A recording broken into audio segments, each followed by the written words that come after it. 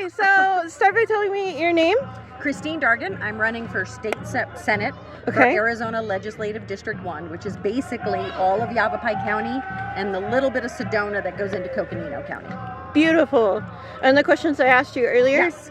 So I've actually been involved in politics starting since the 2007-2008 presidential campaign. I worked for a nonpartisan campaign called Priorities New Hampshire. And basically the purpose of the campaign was to educate people on the federal discretionary budget, where there's a lot of wasted money. And my job was also to get to all the presidential candidates and talk to them. So I got to talk to Obama, Biden, I talked to McCain, I talked to Giuliani, you name it.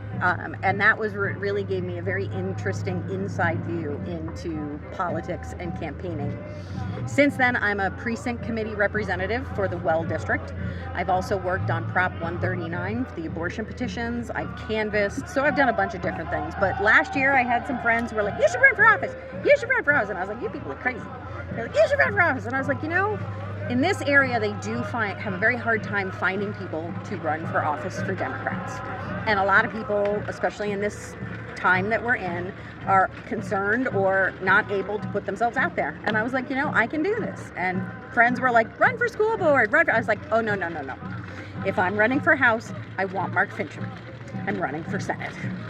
I think he is an absolute disgrace to his office. He was at January 6th. He was one of the orchestrators of it. He was one of the fake alternate electors for Arizona. I could give you a list. And that was the big reason why I decided to go for Senate. I think we really deserve much better representation, including somebody who actually lives here. I've lived in Rimrock for almost 15 years. Oh, wow. And I absolutely love living out here. It's the first place genuinely my whole life that I really love where I live. And I love that it's, you know, the Wild West and things like that. But I think our legislature can do a heck of a lot better by its people. My opponent says there's no water crisis because wells that were dry now have water in them because water moves. That's a quote. I have it on audio. And we are actually in a water crisis. And yet we need, you know, Arizona. Phoenix just went from the 6th largest city in the country to the 5th. It is the largest capital in the country. And of course, that is extending up to the Verde Valley. We are seeing incredible growth as well.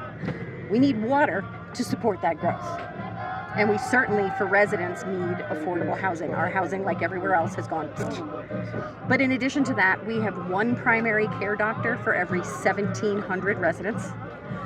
Our school system, we are 50th in the country for the amount of money we spend. Mm-hmm. And so if we want to attract families to work here, for example, as professionals, whether it be teachers or in the medical profession, well, we have to have good school systems for their families. We have to have affordable housing. And again, but we have to have water to support that. And then we're here at the Exodus Day today because to me, the sovereignty of the nations is a vital, vital issue. There's no reason we cannot respect their sovereignty and their ability to govern themselves while also supporting them like we do the rest of the country, and across the board that needs to be improved. Right, you absolutely. know, it's great to say you're pro-life, but that should be womb to tomb. You know, Exactly. What about once they're born? What about everything else? To me, healthcare is, and anyone's ability to control what happens to their own body is crucial. We talk about we're the land of the free. Well, then who the heck are you telling me what I can and cannot do with my own body? Exactly. So yeah, there's a lot, and I could go on and on, but that just kind of hits some of but VA healthcare, for example, our veterans need more help. Our law enforcement is spread too thin and needs more support. There's just, to me right now, I think Arizona can do a lot better and deserves a lot better. And if there's one thing that you could say to the American population as a whole, you know, I think we're all feeling like really terrible right now. It's really scary. What would your message be? We're seeing some good changes. I have actually had Republicans come up to me and say, Mark Fincham has to go. I will vote for you.